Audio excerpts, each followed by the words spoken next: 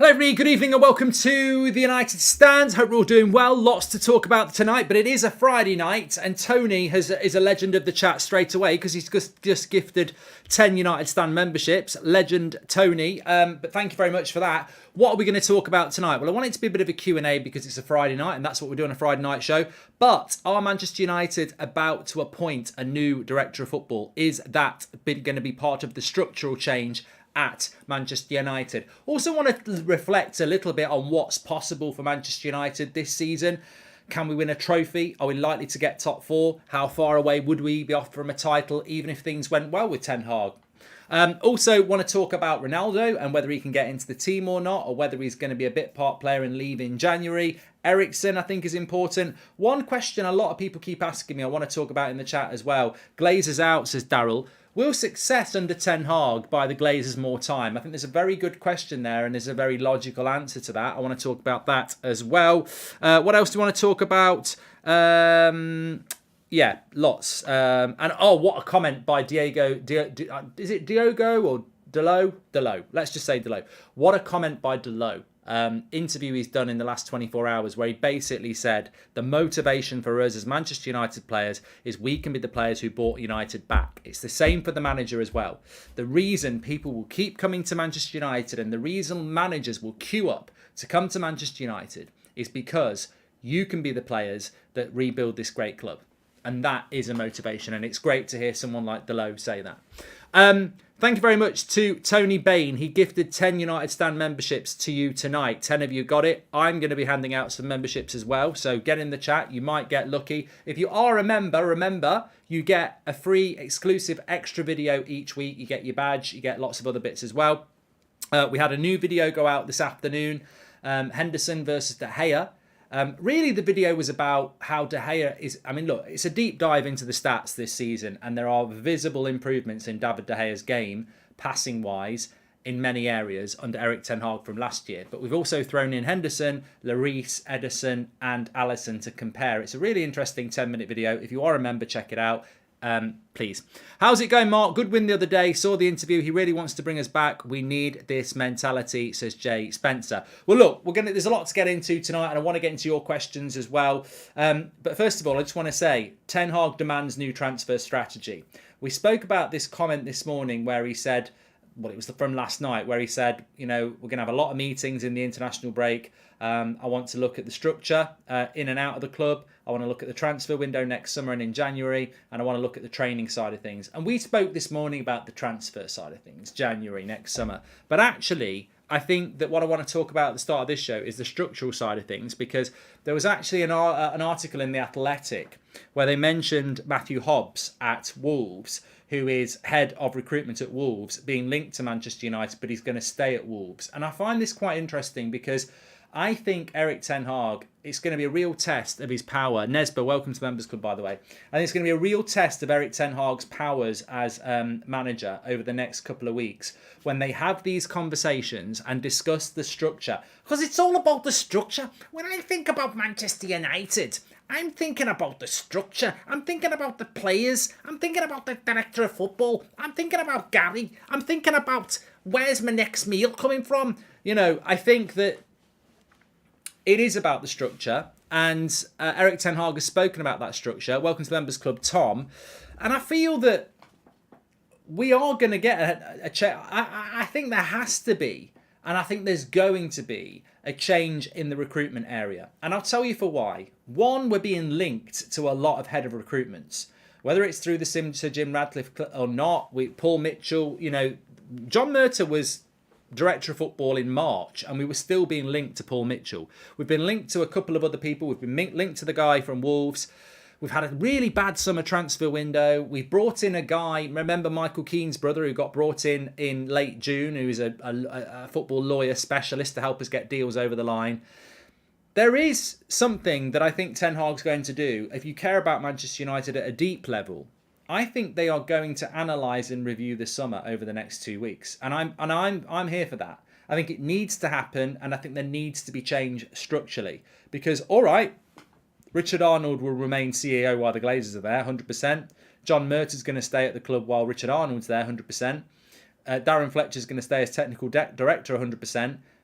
But I don't really care if they're staying. We need more people in and we need proper specialists in. We were meant to be getting somebody to come in and work as a sort of director of football. And I forget the name of the person that we did recruit. For some reason, the name Boyle comes to mind. And I think he was brought in from England. But look, the structure around Manchester United's recruitment is bad. I don't think Erik ten Hag is very happy about it.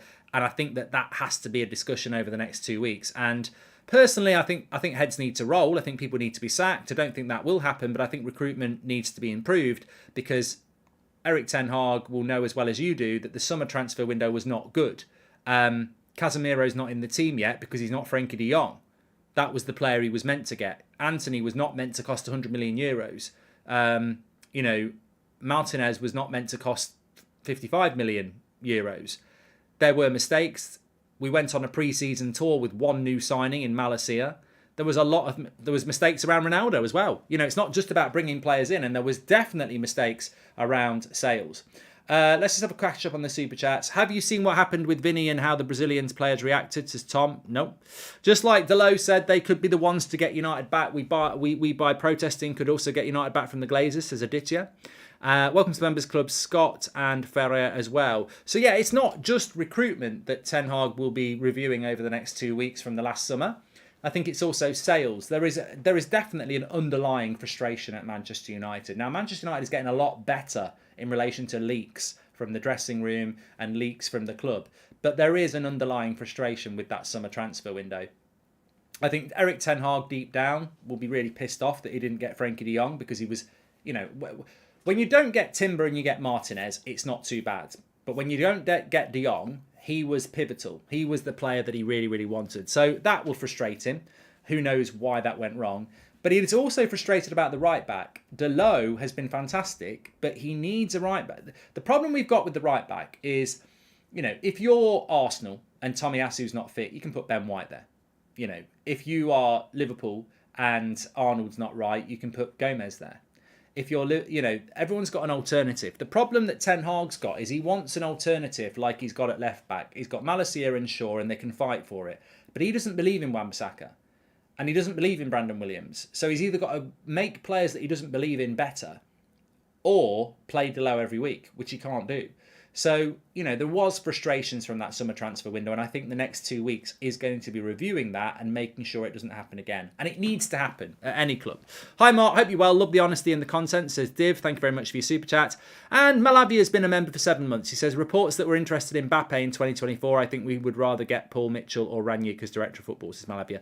I don't think Ralph Rangnick's ever coming back to Manchester United, as much as I wish we'd got him to do the job in the first place. But look, I think it's worth mentioning that I wouldn't be surprised if there are some structural changes at Manchester United over the next few months, because we do need to make changes. We cannot go into next summer or the January transfer window in the same place that we went into this summer, which was a mess, an absolute mess. So I think it's a real positive that Erik ten Hag is speaking publicly about structure, discussing the structure in and out of the football club. Really important.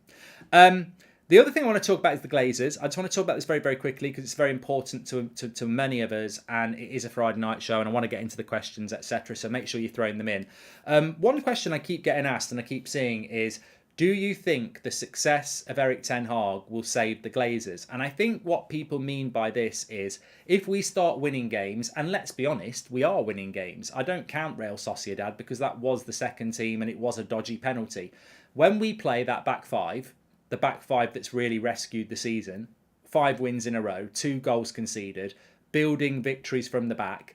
When we play that team, this season's very positive. I mean, you go back to that 4-0 against Brentford. We'd lost to Brighton the week before and you're thinking, oh shit, this season's going to go really wrong. And somehow, well, through hard work and tactics and quality, we've got the season back on track. Is that saving the Glazers? No. Listen to the fans in the away ground. Listen to the fans at Old Trafford. Listen to social media. The Glazer out movement is not going to stop because we play well. It's not. If we win the league, is it going to stop? I don't think it will. I really do think it's... And I understand what people are talking about because the Super League was abhorrent. The Super League idea was disgraceful. That was taking... I don't really care about Liverpool or Arsenal or the Super League because, in a general footballing sense, it was bad. But I will never and I think many Man United fans feel like this, I will never forgive the football club for going behind the back of football and football fans to take us out of the European Cup. That's what the Super League was going to do. It was going to take us out of the European Cup. And therefore, and I even remember, Florentino Perez was the mastermind of this. I even remember him saying, well, when we're in the Super League, we're going to take the however many European Cups they've won. How many European Cups have they won? Is it 16 or something like that, or 14? We will take those and they will count as 14 Super League wins. No, they won't, because you've just killed the European Cup. Now, if you want to pretend that you're taking them to the Super League was going to kill the European Cup. I support Manchester United because of my granddad, and my granddad loved Duncan Edwards and the Busby Babes, right?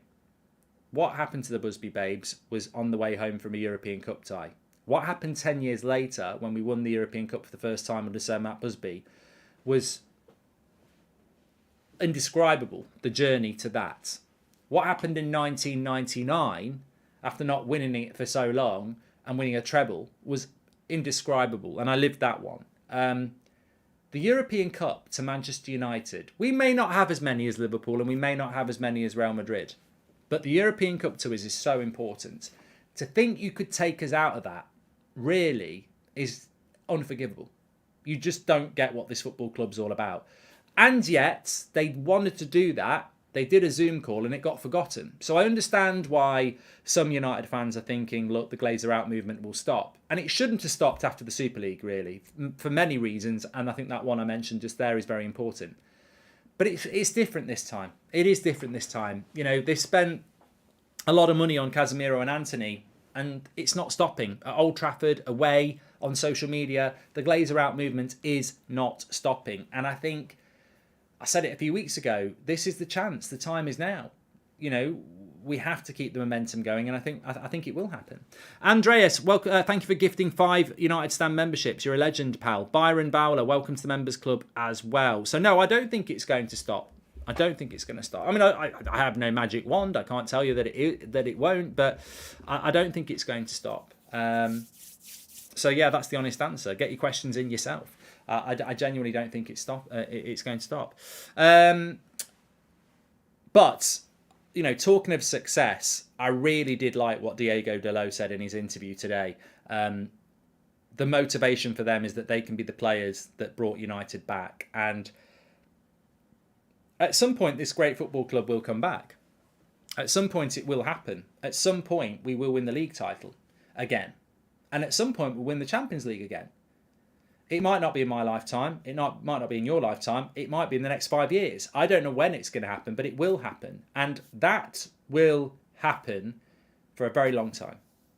Manchester United didn't win a league title for what? 20, 24 years, 22 years, something like that. That's a long time. We haven't won a league title for 10 years, and it feels like a very long time. And yet, all through the 70s and all through the 80s, players would come to United wanting to be the players that won the league title again. And the European club was even longer than that. So there will always be that motivation at Manchester United because of you, because of the amount of fans we have, because of what this football club is. And Dalot is spot on. And I like to hear that we want to be the players that are remembered as the players that brought it back. Because the first Manchester United side that won the Premier League, you know, the Paul Inces of this world, Brian Robson was there, Steve Bruce. That was the thing. You know, every title that came back after that was great, but they were the team that won the title after so many years. And do I think these players are going to be the players that win us the title? Well, I'll come to that in a minute, but it has to be the motivation. And it's great words from Dalot. Ben Dealer, thank you very much for becoming a member. Thank you very much for that. But I suppose that leads into a bit of an interesting point as well. And I want you to get your questions in tonight because it is a bit of a Q&A show on a Friday night, as you know. There's a lot, and I'll keep talking, you know me. I'll just go from topic to topic to topic. What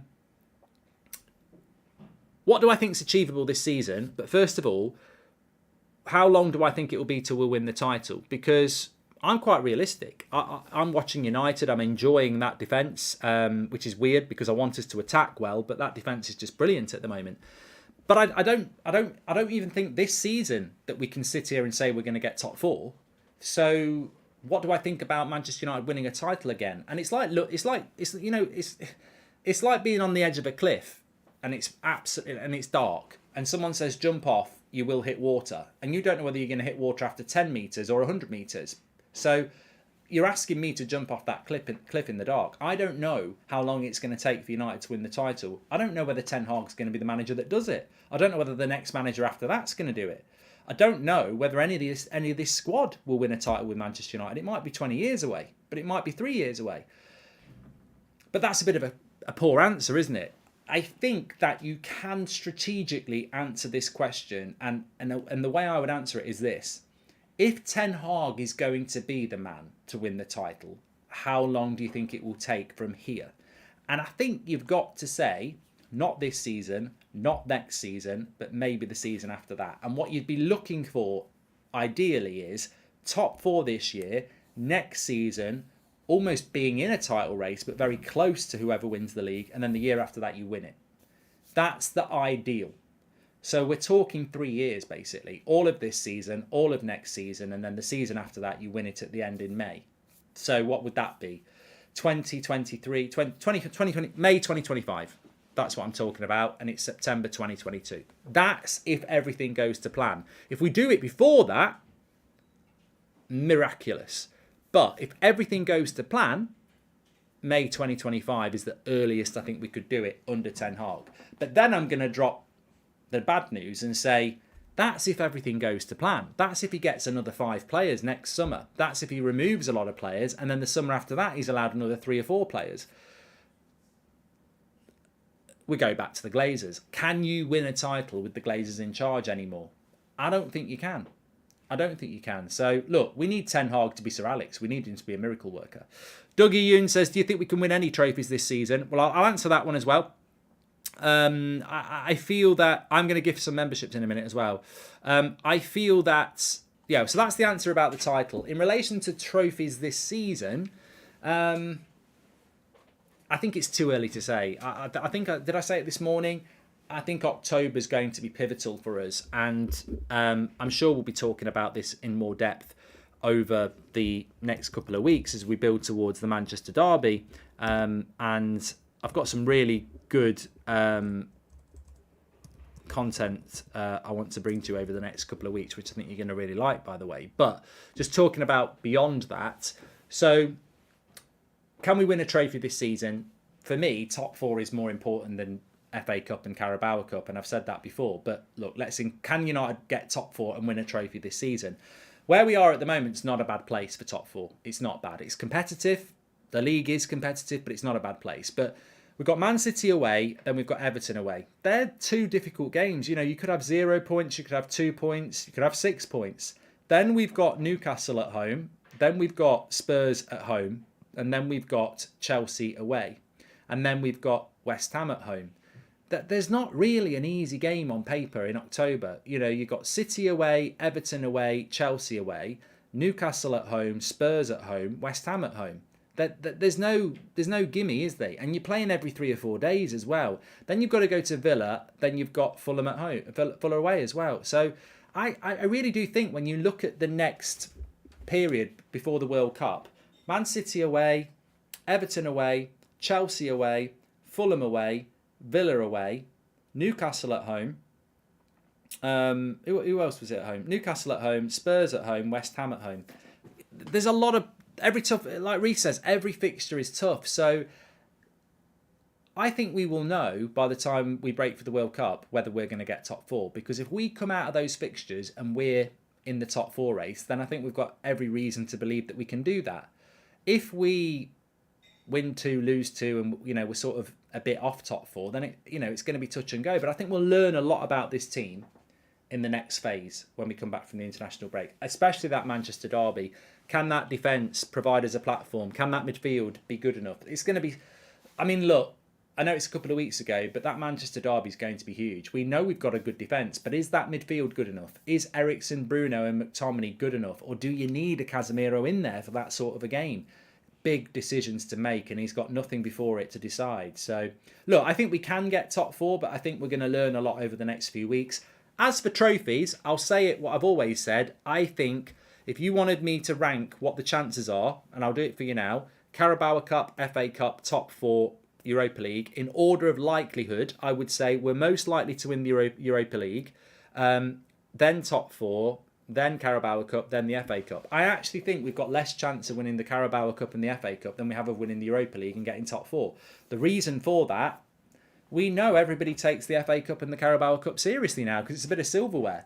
If you are a Man City, a Chelsea, a Spurs, an Arsenal, I don't know why I put Spurs in there, they never win anything, do I? But you know what I mean. If you're a Chelsea, a Liverpool, a Man City, an Arsenal, a Manchester United, you can't all win the league. So the FA Cup or the Carabao Cup is important. Look at the final last year. It was Chelsea against Liverpool in both. So I would love Manchester United to win a piece of silverware, but I think the world's changed. I think, maybe 5 years ago you'd say, and we used to do it under Van Gaal and we did it under Mourinho a little bit as well. You go, look, I don't think we're good enough to win the league, but it'd be nice to just let's get the Carabao Cup. And you could get the Carabao Cup. And Arsenal did it and you could get the FA Cup.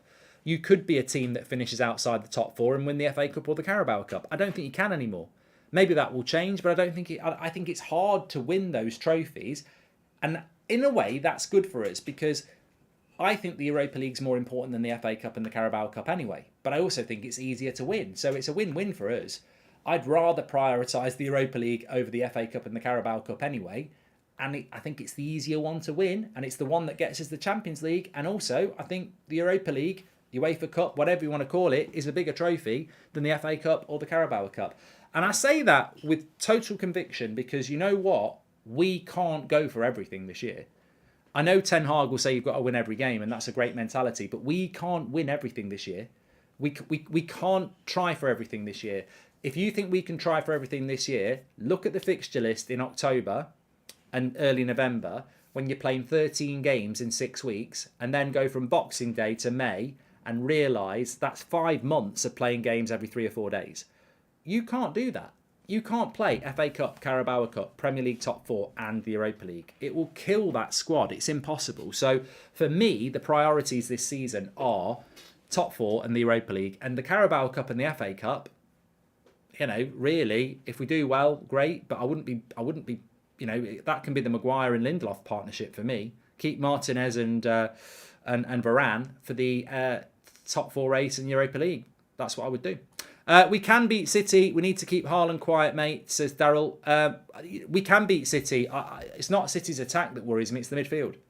That's why I specifically said, can McTominay, Eriksen and Bruno beat Rodri, Bernardo Silva, De Bruyne or Gundogan or whatever they do? That's where that game will be won and lost. I think Varane and Martinez can deal with Haaland. I know that gets clipped up when he scores a hat-trick, but I'm speaking hypothetically. I think that defence can deal with Man City. It's whether the midfield can. And it's whether we've got an outlet up front. You probably can't play Ronaldo in that game because really, what's he going to be doing? You probably do need a bit of pace up front. Ten Hag is a top coach, once supported consistently with the backing of competent management when winning titles will not be impossible, says Rayan. If JR ended up with United, Sir Jim Radcliffe, would he bring his own manager in? We know CAOs are notorious for doing this. How about that as a curveball? Love the content, says Megan's dad. I think it's a great comment, Megan's dad. Actually, there was something else. You've just reminded me of something really, really good. And I'm going to gift these members in a minute as well.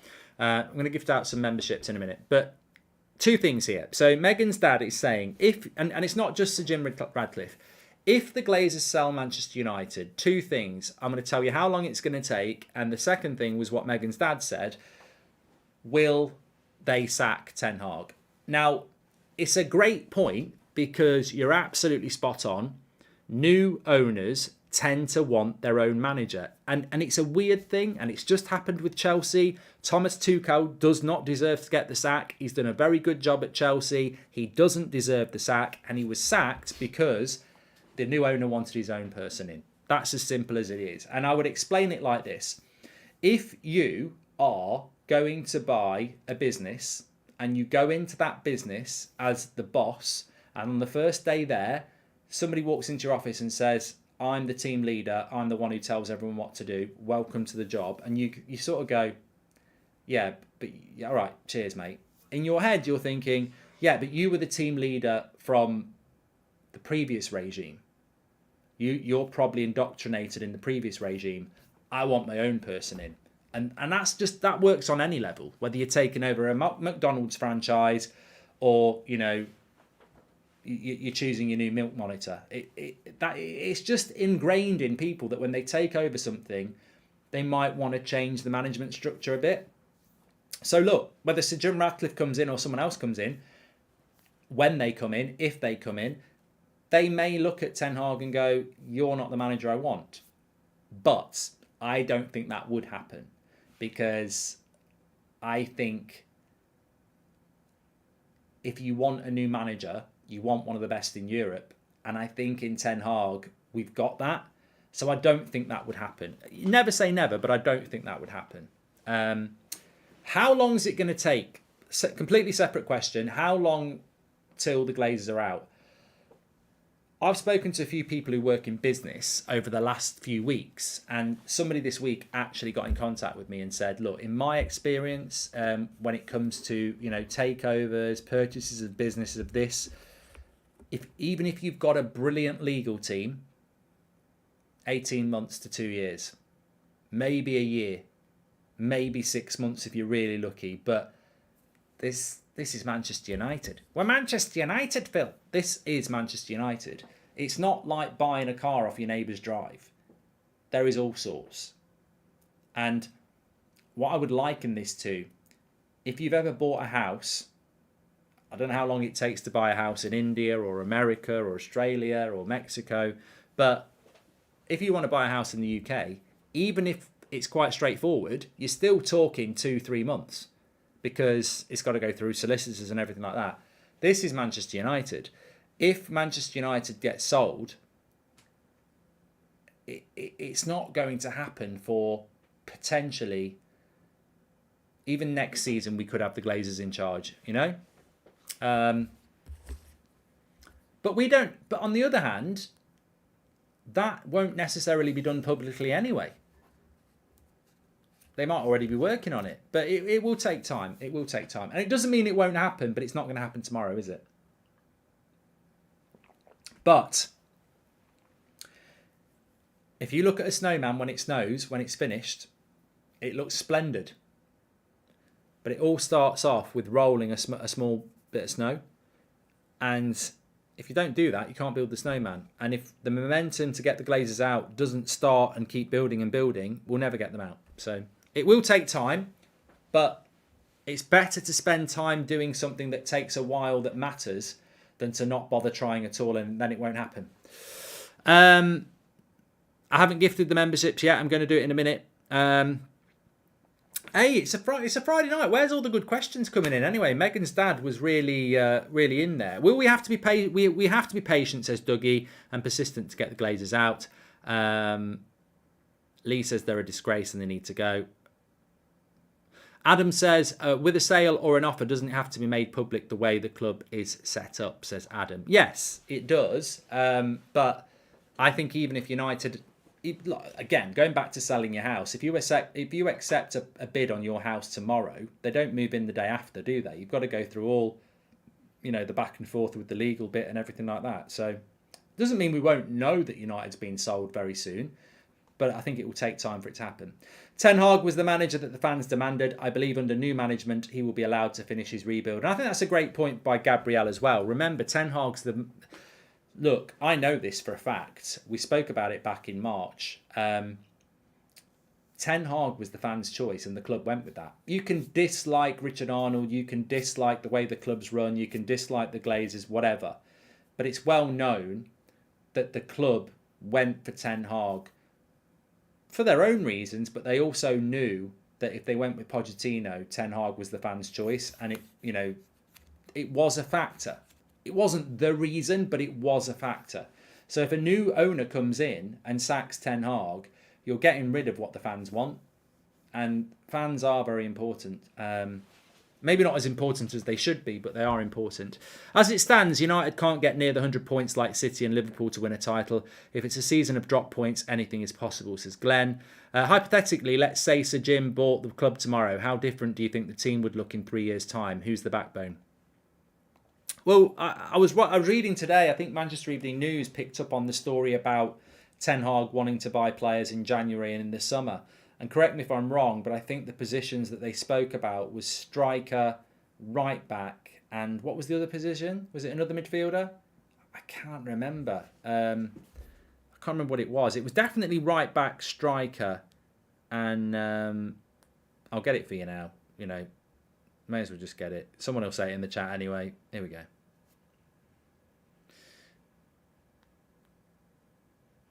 Here we go.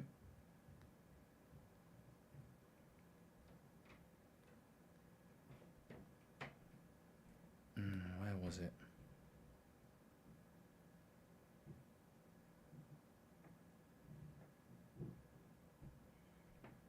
I can't see it now. I'm sure I read it earlier.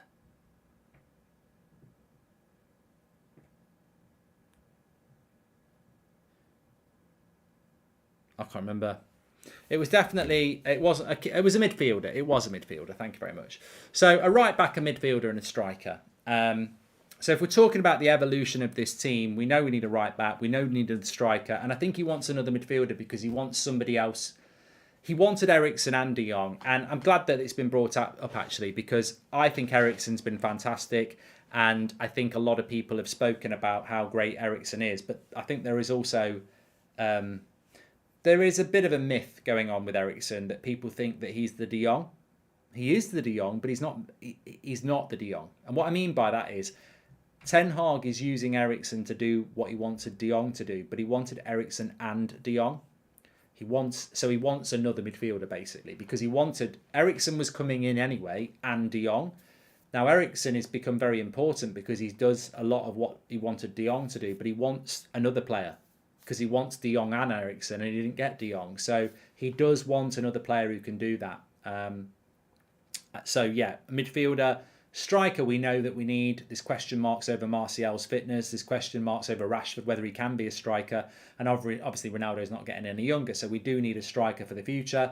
And we definitely need a right back. So you can understand why those three positions are a priority. There's also mention of a goalkeeper coming in as well. Which I think is interesting because we do need to bring a goalkeeper in, although it is a little bit up in the air about De Gea and Henderson. And I think we need another centre-back as well. I really do. I do think we need another centre-back. It's funny, I was playing FIFA this afternoon. I don't know whether everyone's been watching it. And it was, sometimes FIFA echoes real life. It doesn't really, but this did, right? I'm playing Arsenal. Some of you might have been watching. I'm playing Arsenal. 1-0, really tight game at Old Trafford. 1-0, 20 minutes to go. Varane energy levels are on the floor. He's going to get injured. He can't run. So I take Varane off. I bring Maguire on. Jesus gets it on the edge of the box. Maguire comes to get it. He lays it off, turns, spins. There's a massive gap. Maguire's too slow. Odegaard runs into it. Bang, 1-1. 10 minutes to go. The result we've worked for all game is in the bin because Maguire's just not Varane. Luckily, I won in the last minute with a deflected Saliba goal. But the point is, in real life, that will become the problem.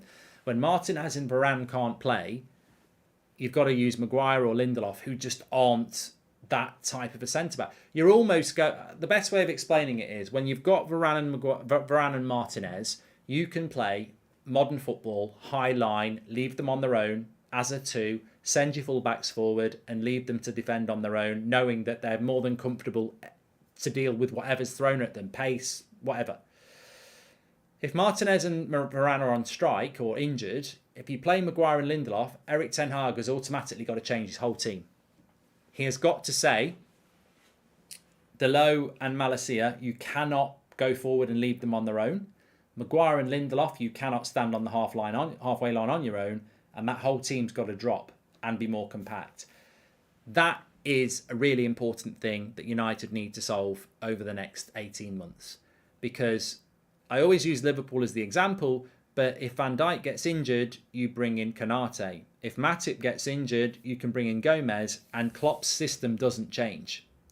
The problem we've got at the moment is, and centre-back again is the best place to say it, if we have to change any of our centre-backs, we have to change our system. That's not good for a manager. A manager should have 22 players that, whether he plays 1-11 or another, you play the same system. And at the moment, we've got good players at United, and I still believe that Harry Maguire's a good player, and Victor Lindelof's a good player, and Wan-Bissaka's a good player. I believe those players are good players, but they don't suit what we are. And that means we're really imbalanced as a squad. And it's the jigsaw pieces again. You've got players who were bought by Solskjaer, players who were bought by Mourinho, players who were bought by Ten Hag, some players who were bought by Van Gaal. There's too many different jigsaw pieces. Ten Hag's picture needs to be built. And to do that, you've got to throw away some of the pieces that just don't suit his vision. And I think centre-back's going to be really important, because Harry Maguire, unless he pulls a miracle off, can never be a modern centre-back who can play a high line and be left to defend on his own. He just can't. He's got to play in a deep line, in a back five, preferably. Nothing is impossible, Mark. That's the magic of football. Remember when Leicester won the league, says Ahmad. Ahmad, the problem is, when Leicester won the league, there wasn't a Man City and Liverpool side around. You can't... You know, what Leicester did was miraculous, but there was a perfect storm for it to happen. There wasn't a team that was ready to challenge anybody. Leicester couldn't win the league this year, even if they played like they did in that season, because there's a Man City around. So, Mark, if the 100 million January budget is true, would you either buy Osimhen or buy a new centre-back, centre midfielder, right-back and cheaper striker? Who would you get? Leo J, thanks very much for the question. Look, my opinion is probably replicated by many people as well. I didn't agree with us going for De Jong, personally. But I always backed it because I want Ten Hag to get what he wants. Welcome to the Members Club, Joe May. So, yeah, look, if I had £100 million to spend, I would like to see us get the midfielder, the right back, rather than spend it all on one player. There are, you know, I've said it so many times, if you've got a dinghy that's got loads of holes in it, do you buy the best puncture repair kit to fill one hole, or do you buy cheap ones to fill them all? And, you know, you need to fill all the holes before you start spending lots of money. So, yeah, that's what I think. But, on the other hand, what I think, I will always back the manager on what he wants, because there's no point in having a manager and saying no. You've got to give them what they want. Otherwise, what's the point? Yeah. Right, I'm going to gift these memberships, by the way. I need to just do this very quickly and then I'll go back to the questions. So, membership gifting, let's go. I'm feeling generous. I'm going to give 20. Let's give 20. It's been a while since we did it.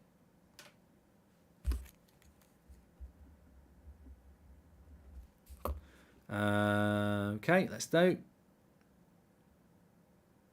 I hope you're lucky if you want one. There you go. 20 memberships. Right, what's membership all about? If you're a member of this channel, you're supporting this channel, you get your badge next to your name, but you also get access to our exclusive videos that we do each week. Now remember, for free, you get loads of content every day anyway. So it's not like, you know, we're putting the watch-alongs on the members section or anything like that. We wouldn't do that. I know some people do. We wouldn't do that. But it's extra content as a thank you. So our extra video today that goes out each week, it's a really good one. So if you are a member, please do check it out. It's De Gea, his stats compared to last season with the start to this season, and there is really big improvement. There's a little bit of a spoiler.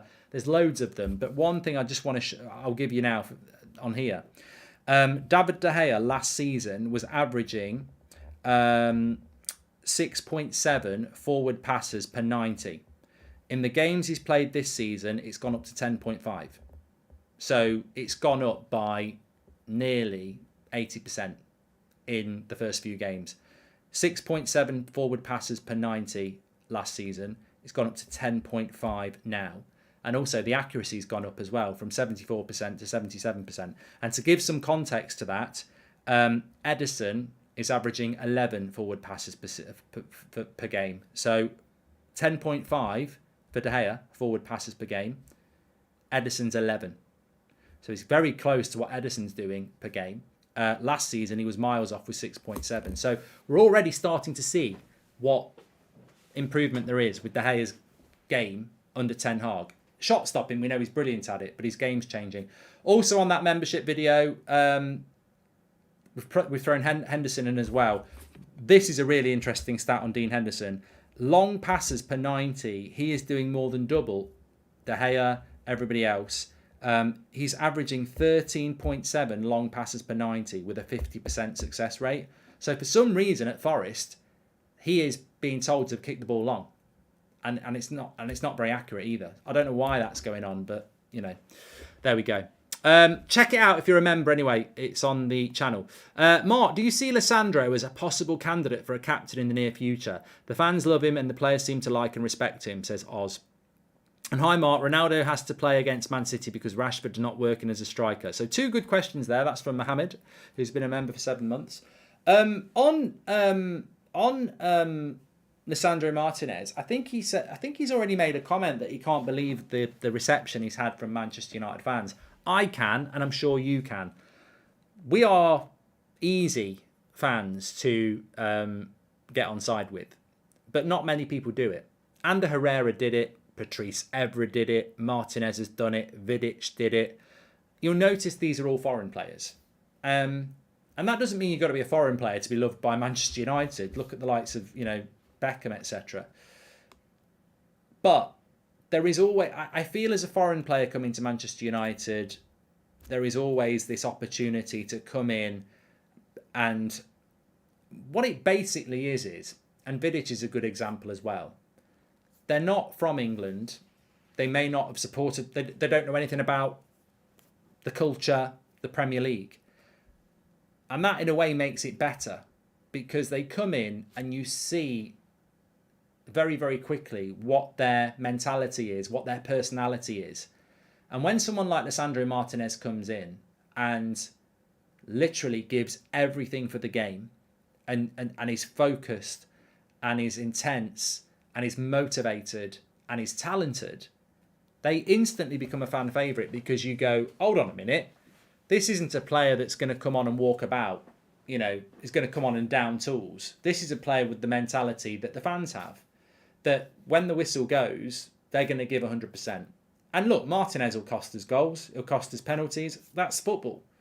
But he's already a winner because he's got this mentality that the fans absolutely love. And that's why we've taken to him. And look, he's come into the club at a perfect time. I keep saying this, but you think about last season when you've got people saying you're not fit to wear the shirt. People are turning on the players rather than the manager, fed up of their attitude. If you come in as a new player, like Martinez has, like Malacia has, Eriksen has, Anthony has, Casemiro has, you're not tainted by last season either. There are some players that are playing better this year and you're still a bit like, yeah, they're doing well, but I've not forgotten last year. Whereas with Martinez and the others, it's like, well, they're nothing to do with last year. But even if, the thing I would say about Martinez, even if we'd won the treble last year, he'd still be loved after a handful of games, because he's just got something about him. He's got that Herrera thing. He's got that Vidic thing where it's a personality thing. You can just see it. It just exudes that, I don't know what the word is for it, but like you could just tell very, very quickly that he was going to become a fan favourite really quickly. And look, Rojo could have been a fan favourite. Rojo had the mentality, he just wasn't good enough. But it's not all about ability. I think Marcus Rojo had that mentality, but he just didn't have the ability to go with it. Martinez does. How many points do you realistically think we could get before the World Cup? Glazer's out, says Jack. I don't look at it like that, because I think there's so many other teams dropping points around us at the moment that, if I say we're going to get 10 points, people would say, well, we're going to be mid-table, but we might not be.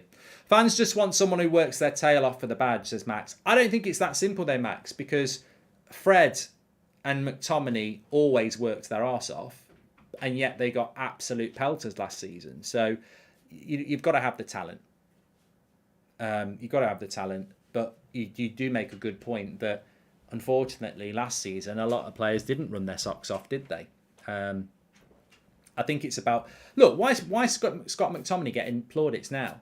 I'm playing FIFA and I'm not selling him straight away. He's actually getting game time in my FIFA career mode. So my mentality around Scott McTominay's changed, and I think a lot of you are the same. And it's, as I said on the match reaction last night, Scott McTominay, somebody said on the match reaction last night, now people are starting to see what Scott's skills are. And I was like, what are you on about? He's not turned it around. He's improved.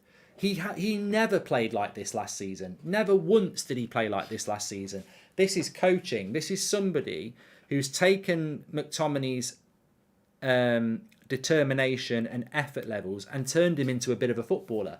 Last season, he'd get the ball in the midfield, look around for 3 seconds, do a little pirouette, and then bunny hop it, and then pass it back to Maguire. Now, he gets the ball, he doesn't look around, he's looking forward, and he's passing the ball in the first second. His game is immensely better than last year, straight away, because Ten Hag has told him, when you get that ball, pass it forward in the first second. And he does it, and he's a better player for it. And you know what? There's a great lesson. There is a great lesson. I'm sure there are a lot of United players who last season were absolutely fed up of being criticised. And probably so much so that when they're sat there with their family and their friends and their agent and they're going, don't worry about it. They're just knobheads. Don't worry about them fans. You're better than that. You're this player on 200 grand a week, and all that. But we always knew what the solution was. Manchester United fans, any other fan, there's very few fans who just wake up and go, I don't care how good this player is, I'm just going to say they're crap. I certainly don't live like that. The easiest solution for McTominay and Fred, Harry Maguire, Bruno Fernandes, whoever you want to name, the easiest solution is just to play well and play well consistently, and you will win the crowd. Entertain us and you will win the crowd. There's no fan is going to be so stubborn as to go, well, you've scored a hat-trick for the last 10 games, but I don't like you because of last season. You can turn it around if you play well. Simple. David says that Erik Ten Hag improved Scott's confidence and there is a player in him. I don't think he's improved his confidence at all. I think McTominay's confidence and effort has always been there. I think he's found the player. He's coached the player out of him. Last season, I didn't think he was good enough to play in the Championship. This season, he's keeping Casemiro out of the team. So, the improvement is great. But it's coaching. McTominay, if he carried on like he was last year, he would have ended up in the Championship. Erik Ten Hag has coached him. Erik Ten Hag has coached Dalot. Erik Ten Hag has coached Rashford. And we're not surprised because we all said it in the summer. We've got a coach. We've got a manager who's a coach. We haven't got a manager who lets someone else coach. We've got a manager who's a coach. And we haven't had that for probably at least 4 years. So, yeah, it is exciting. On Ronaldo, somebody was saying Ronaldo needs to start against Man City. I don't know. Tactically, we didn't play Ronaldo against Man City at the Etihad last year because that's when he went to Portugal and had an injury. I think he was going to get dropped anyway by Rangnick because Rangnick used Ronaldo a lot and Ronaldo scored a lot of key goals for Rangnick. You think about the hat-tricks against Spurs and Norwich. But I think Ronaldo was going to miss out on that Man City game. Simply tactically, Rangnick was like, we're not going to have a lot of the ball. And when we do get a lot of the ball, we're going to have to counter. And if you're countering with Ronaldo, it's not the same as if you're countering with people like Rashford or Elanga or pure pace. So whether Ronaldo's the right choice for Man City or not, I think tactically we might have to play in a different way. And we might have to go with a Martial if he's fit or a Rashford if he's fit. But for me, the biggest area is the midfield. I think the biggest question is, do you stay loyal to McTominay, Bruno and Eriksen? Or do you even think, I'm going to play Casemiro, McTominay and Bruno and take Eriksen out? Because I think, or do you take McTominay out and play Casemiro? But I actually do think Casemiro's got to play that game because the game will be won and lost in the midfield and we're not going to have a lot of the ball. And Casemiro is one of the best breakers up of the play in the world. So I think Casemiro's got to play that game. Now, whether he plays McTominay and Casemiro, maybe you do. That's where that game is going to be important. And I'm looking forward to it. I really am. But do I think Ronaldo will be a starter? I don't know. I mean, I think he can be. We've spoken about it a lot this morning. Ten Hag has basically said that his fitness will improve and he'll get more goals, and I agree with that.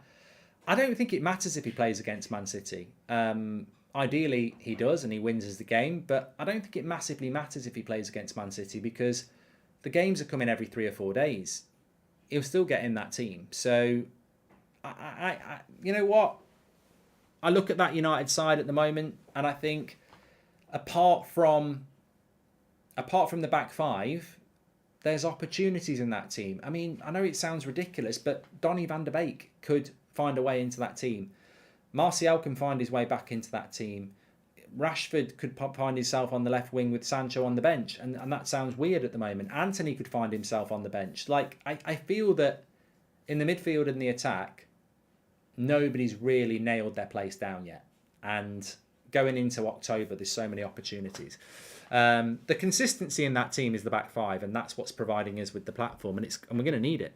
Why some games have been postponed, says ours, policing really. Chelsea, Liverpool and Manchester United Leeds is the highest category game in the Premier League, which means you need more police officers than you do for Brentford Arsenal. So obviously with the funeral on Monday in London, and there's a lot going on in London at the moment as well. The queues to, see the Queen. David Beckham was queuing up for that today. So I think like 12-hour queues and stuff. So massive policing resources being used. As I said, look, it's really disappointing that United aren't playing Leeds on Sunday.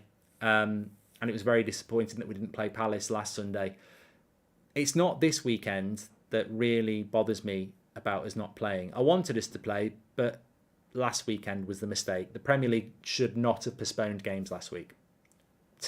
Cricket didn't, rugby didn't, horse racing didn't. The Premier League dropped the ball last week. We should have played last week, and then it would have been one game. Richard says, yes, he's playing better. He's more consistent, but still I think he's reached his ceiling. This is the year. This is the best you're going to see. We need Casemiro, says Richard McGibbon. Yeah, but you know what? A lot of people think I don't rate McTominay, and at times I really didn't. But I've never said sell him. I still think that a player like that as a bench option is really important. I'm really pleased with what he's doing this season. It's never personal, and I don't think it's ever personal with anybody. It's never personal, and it's about ability as a footballer. And I think personally, he's been pretty shit for the last 2 years, but for this season, he's been really good, and I'll call it out. He has been really good, and if you'd offered me 20 million for him in the summer, I probably would have took it. If you offered me 20 million pounds, 20 million now, I'd say no, because he is a player that would sit on the bench for most of the season and never put a transfer request in. And yet, when we need him, he can do a job. And he might not sit on the bench, he might be a starter. These sort of players are really important in a squad. So, I'm really pleased that he's finally delivering. And, as a professional sportsman, you've just got to accept that you're going to get criticised if you're playing shit. But if you turn it around, you're going to get the praise. That's what we want. Shadow, thank you very much for joining the Members Club. I appreciate that. Froz, hi. Savage says it's personal with Aaron Wan-Bissaka. I've always liked Wan-Bissaka. I just think he doesn't suit the way that we want to play. I like Luke Shaw, but Malacia should be playing ahead of him. I like Bruno, but I want to see more. I like Ronaldo, but at the moment he's not the level he needs to be. I can acknowledge when my favourites are not doing well and when they don't deserve to be in the team. Flip it round the other way. We started the season with Harry Maguire and Varane was on the bench, and I said, I can't believe I'm living in a world where Harry Maguire is benching Raphael Varane. But imagine if we'd beaten Brighton and we were top of the league now and Maguire had played every game. I would sit here and say, look, I didn't agree with Varane being benched for Maguire, but Maguire's been brilliant. And I'll put my hands up and say I'm really pleased for him. Obviously, that didn't happen. Every game he started, we've lost. And every game Varane started, we've won. And I was right. But ultimately, I think all we want was we're all on the same team. We want Manchester United to win. I don't really care if Fred becomes a 40-goal scorer up front and benches Rashford, Martial and Ronaldo. If Fred scores us the goals, I don't really care as long as Manchester United are successful.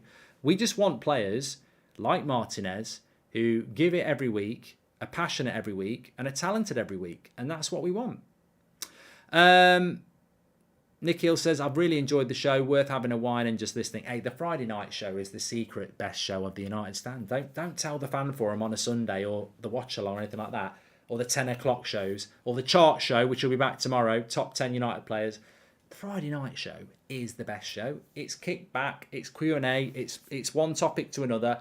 It is the elite show. This is what it's all about on a Friday night. Some people are out having a meal or going for a few beers or, you know, watching Lord of the Rings or, I don't know.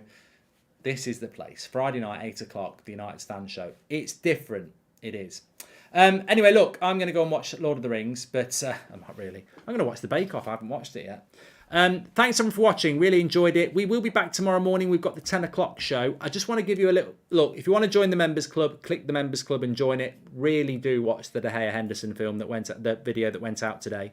But just a reminder, tomorrow night at 7:30, I'm on national radio on TalkSport. So if you want to call in and have your say, I'll make sure that we get a bit of United chat going on that as well.